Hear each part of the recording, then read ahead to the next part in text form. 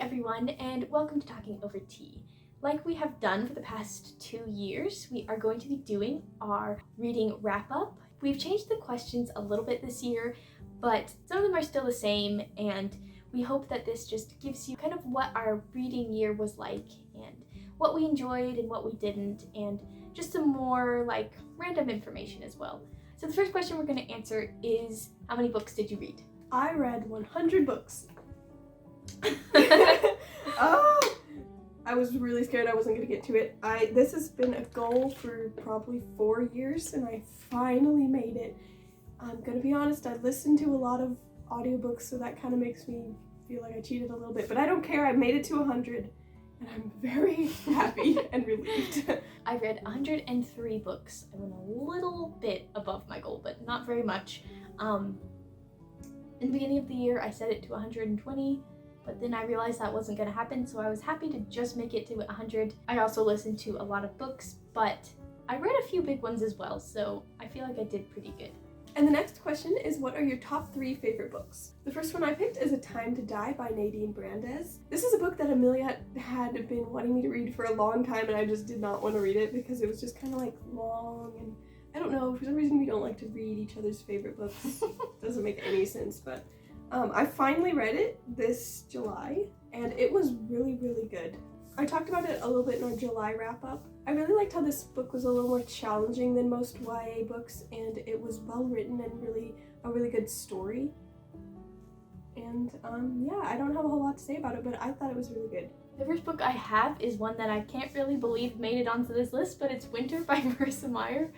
I don't really know why it's on this list, and I feel like it probably shouldn't be, but when I was kind of figuring out what book was going to go for which question, this one just ended up on this list. This is the 4th book in the Lunar Chronicles series. I listened to it on audio. Maddie also did. We were kind of reading them at the same time. I was a little bit behind her. I think I liked it because even though I did not like a lot of things about it, we had just been on this big journey with all these characters. How many main characters are there? Like 8? Yeah, 8 main characters. And it was just like we finally got somewhere. We finally did the goal that was set out to do, and I was already really invested in the characters, so I just ended up enjoying this one to see it to its conclusion. Then I chose The Theft of Sunlight by Intezar Kanani. I think I've already talked about this book, but it is the sequel to Thorn, which I have written a blog post about, and which I really, really enjoyed that one. And this one actually follows a different character, and it's a little bit more, I don't know, it's a little bit more like, I don't know if this is the right word, but like gritty and like more with like the poor rabble on the streets. I don't know, that's a terrible way to describe it, but I really enjoyed it, and I actually really want to read it again, because like clearly I can't remember too much. My next book is The Skyward Flight, a collection of novellas by Brandon Sanderson and Jancy Patterson. I listened to these on audio because they actually hadn't come out in this bind-up when I listened to it. So this is 3 novellas that go along with the series, with the Skyward series. And I ended up actually enjoying these a lot more than I expected to. I didn't love book 2 in this series, so I was really excited to find these novellas. And I just remember how enjoyable of an experience it was to listen to them and to like get more into the lives of these characters and to just kind of see them more on their day-to-day life. And in book 1, we were mainly focusing on the main character, who was kind of an outsider of this group, and in this one, we kind of get to go into the lives of the side characters. And then the last one is The Screwtape Letters by C.S. Lewis. I've talked about this like 700 times, I think.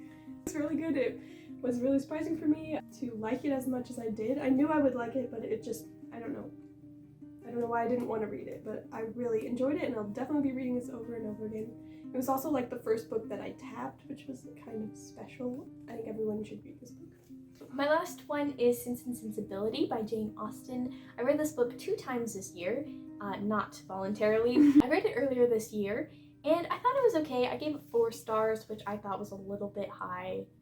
And then I was not really looking forward to reading it again for an online class.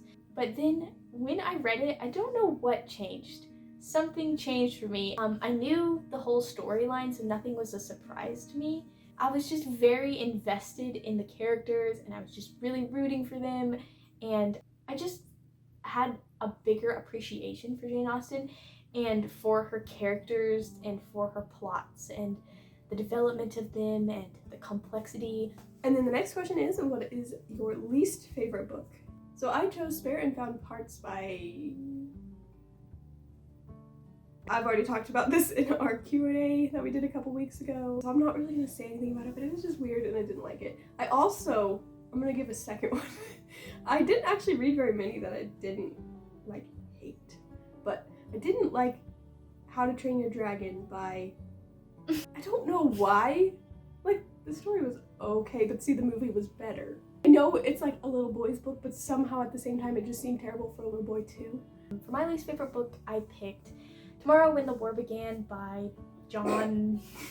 This was atrocious and I hated it, and I hated every page of it, and I was really sad because I read it on a camping trip, and that's really the time that I want to read all the amazing books, and I picked them very carefully. And this was just the worst book that I read this year, and it was an easy decision. And a single character in it, and I just felt like, I don't know, the circumstances that they were in, they were just not reacting in the right way. I was expecting something completely different. The next question is, what was your most surprising book? I chose Crest by Marissa Meyer. I feel like I read this 5 ages ago. I had read Cinder a few years ago, and I was kind of it was okay. But then Amelia listened to it, and I was like, I need something to listen to, so I listened to it. And then I listened to Scarlet, and then I listened to Cress, and it had more enjoyable characters. And so I was surprised that I actually liked it as much as I did, because I was like, it's the other two were 3 stars, I think. And then this one somehow jumped to 4. I don't know, and now it's become I just think about these books very fondly. Me too. Mostly probably because we've talked about it. Yeah. For some reason, we don't really read books that the other person has read. Yeah. It's kind of you read it, so why do I need to read it? Yeah. Yeah, and then we were reading these at similar times, so I was kind of telling her what I thought was gonna happen, and she was like, I don't know. And then we would just talk about it. And this one is based off of Tangled, not just Rapunzel. It's Tangled, and we both really like Tangled, so I think that did help. Yeah. So that was my most surprising. My most surprising book of the year was Splinters of Scarlet by Emily Bain Murphy. I read this after our camping trip, and I didn't really know what to expect. I had heard some good things, but that doesn't really mean anything. So I went in with really low expectations, but I ended up actually really enjoying this, and I have a review on Goodreads that kind of says more about my thoughts. I think it surprised me because when I read the synopsis, it didn't really sound like something I would like, but I ended up really enjoying it. The next question is, what was your most disappointing book? I chose A Darkness at the Door by Intizar Kanani.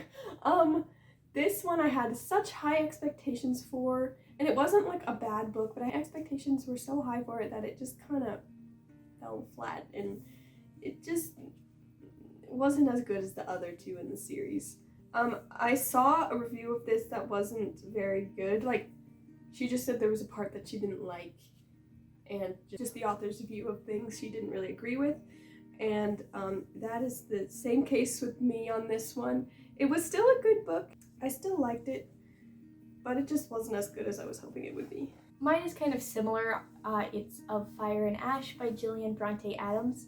I had just seen so many 5-star reviews of this book, just pages and pages of 5-star reviews, and I just assumed it was going to be this amazing thing. And this one was okay. It wasn't bad. It was just, I've talked about it I think in 3 other videos this year.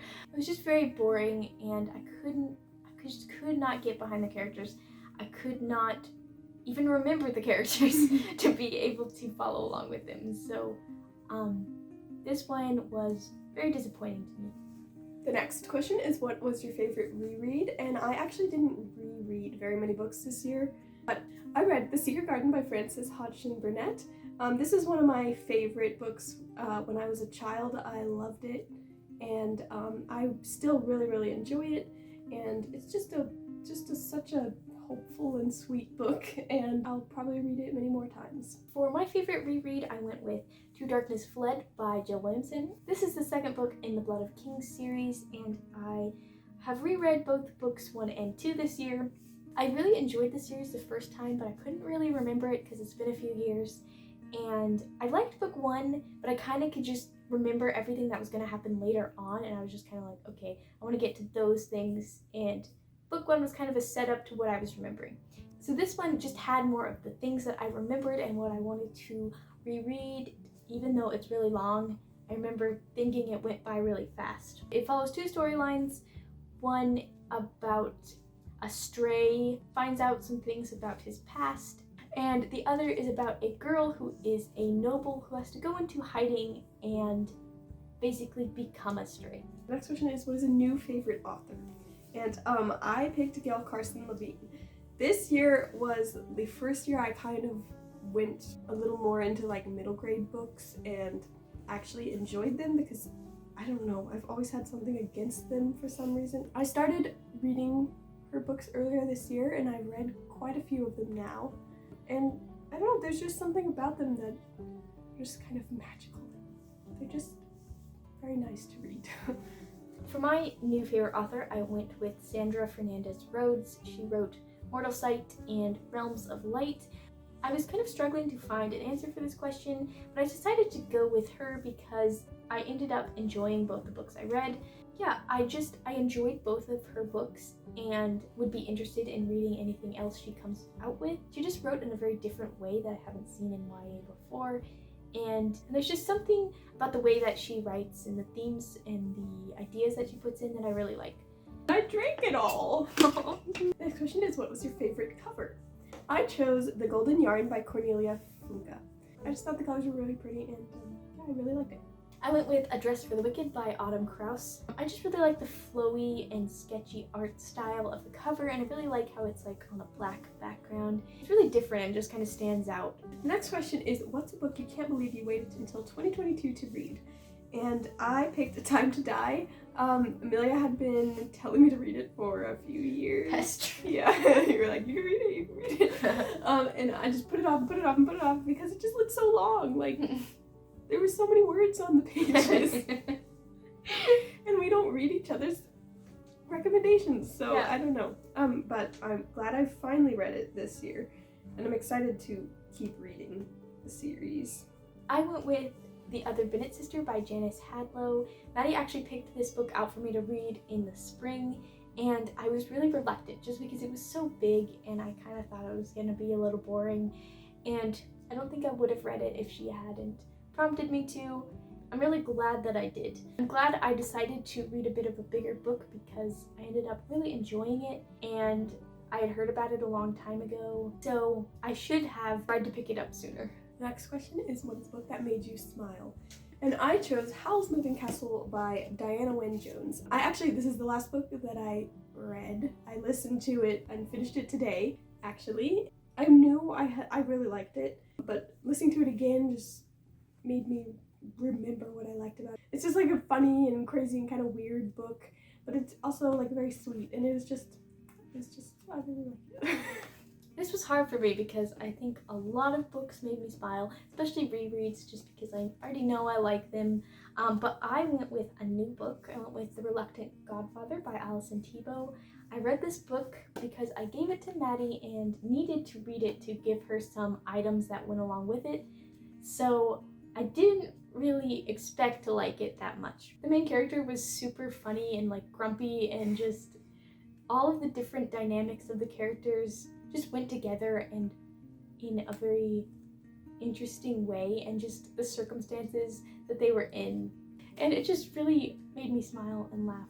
The next question is, what is a book that made you cry or almost made you cry? And I chose Lines of Courage by Jennifer A. Nielsen. I also listened to this book.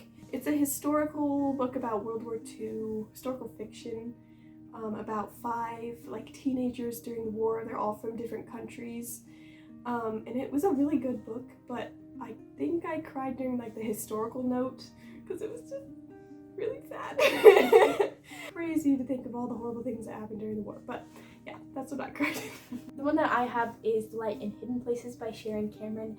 I don't think I actually cried, but I did get kind of close, and it really was very heart-wrenching. Just especially at one particular scene where the main character was like having to witness her younger sister go through a lot of things. And it just like, it really just hit me, and I was like, oh! It's just a very emotional story. And then the last question is, what was your longest book? And mine was Jonathan Strange and Mr. Norrell by Susanna Clarke. This one took me so long to read. I can't remember what I talked about in video, but I think I've talked about this one a lot. On Goodreads it said it's 1,000 pages, but mine is only 782. It was very rewarding to actually finish something this big. My longest book was Harry Potter and the Order of the Phoenix. I also read this during our fall vlog, and it took me a very long time. It's almost 900 pages. And so now we just wanted to talk about some goals that we wanted to set for 2023. I'm not very good at doing goals, but I do. This year, I am not going to be trying to read a certain amount of books exactly. Like, I want to read as many as I can, but I'm not going to try to go to 100 because I've already done that, and now I'm just going to take it as slow as I want to. I'm going to read all the long books and anything that I was putting off because it was just too long or too hard or something. And I'm hoping to reread a lot of stuff and read a lot of classics because I think I read like 2 classics this year. And yeah, I'm really excited to just take it slow and just to not be like at a race to finish. One of my goals is to read at least one long classic book. So I've started Bleak House before, I've probably mentioned that, and that's just one that I really want to just pick up every once in a while and read a little bit. I never make time for myself to be able to read that big book, and there are a lot of really big books that I do want to read. So I want to at least make a bit of progress on that. I just thought of one. I want to read a lot of books that I own because I have a lot of classics mostly that I haven't read, and so I'm going to try to read a lot of these. Yeah. Another goal I have is to read biographies, especially like Christian ones and ones written by missionaries or about them. I just feel like I haven't been diligent in reminding myself what my faith is supposed to look like. So that was our year of reading in 2022. This year has felt like it's been so long, at least in like the reading perspective. Like the year has gone by really fast, but I feel like the books that I read in January and March and all those books was forever ago. I feel like I expanded my taste a little bit in different ways, and this year was just a good reading year for me, even if I didn't have tons of 5-star books. We would love to hear about what you read in 2022, and if you want to tell us, just leave us a comment below. We hope you enjoyed watching this video, and we will see you in our next one.